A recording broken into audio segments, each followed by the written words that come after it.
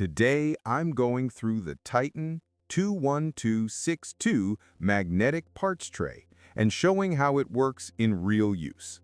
You will find a link to purchase this and other models at a discount in the description below the video. You can place your order right now. I usually film products on my bench, but I can't record the physical tray this time, so you'll see a screencast while I walk you through what you need to know.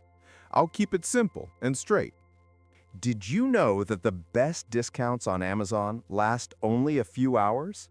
That's why I launched 2 channels where I publish the highest discounts on Amazon products in real time every day. Follow the link in the description and subscribe to our Threads and Telegram channels right now to consistently save money on your everyday purchases. The tray is a 10.5 by 11.5 inch steel plate with a rubberized bottom and strong magnets under it. The first thing that stands out is how heavy it feels for its size. That weight comes from the magnets, and they do grab hard. If you set it on a metal surface, like a tool cart or a lift, it sticks well and doesn't wiggle. This is great when you're working on something that tends to make small parts wander. I think anyone who's opened an engine bay knows how that goes. The downside is that pulling it off smooth painted surfaces takes a bit of force. If you have a surface you don't want to scratch, you'll want to be careful.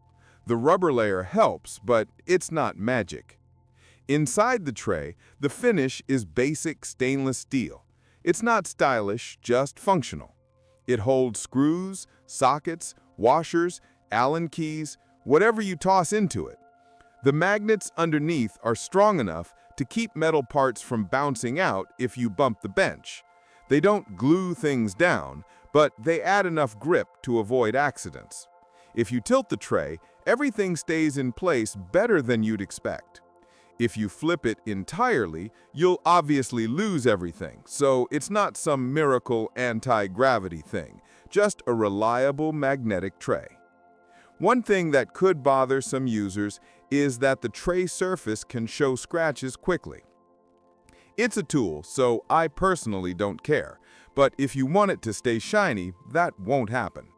The stainless steel is thin enough to keep price down, but thick enough to feel solid when you drop parts in.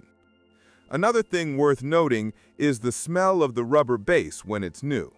It fades after a couple of days, but it's noticeable out of the box. The size is good for general repair work. A lot of trays are too small and fill up fast, but this one fits a decent amount of hardware without getting cramped. If you do bigger jobs with lots of bolts, you might still want 2 trays because mixing parts in a single tray gets messy. There are no dividers inside, so if you like sections, this model won't give you that. The magnets are fully covered by the rubber bottom. That means you won't scrape them off over time, like on cheap trays. The rubber also grips on smoother surfaces, but on dusty or oily spots, it can slide a bit. Still, it's more stable than most trays in the same price range. This tray is simple, but that's the point. No hinges, no lids, nothing that breaks. It feels like something you buy once and forget about. The only real weaknesses are the weight, the scratch-prone steel, and the lack of compartments. Some people prefer lighter trays, but lighter usually means weaker magnets, and this one avoids that problem. If I had to sum up the experience, I'd say it's a solid workshop tray with good magnetic strength and a practical size. Nothing fancy, nothing disappointing, just a dependable piece of gear. If you need something to keep parts from disappearing during repairs, it does the job well. Thanks for watching. If this overview helped, hit like and subscribe so you don't miss future videos.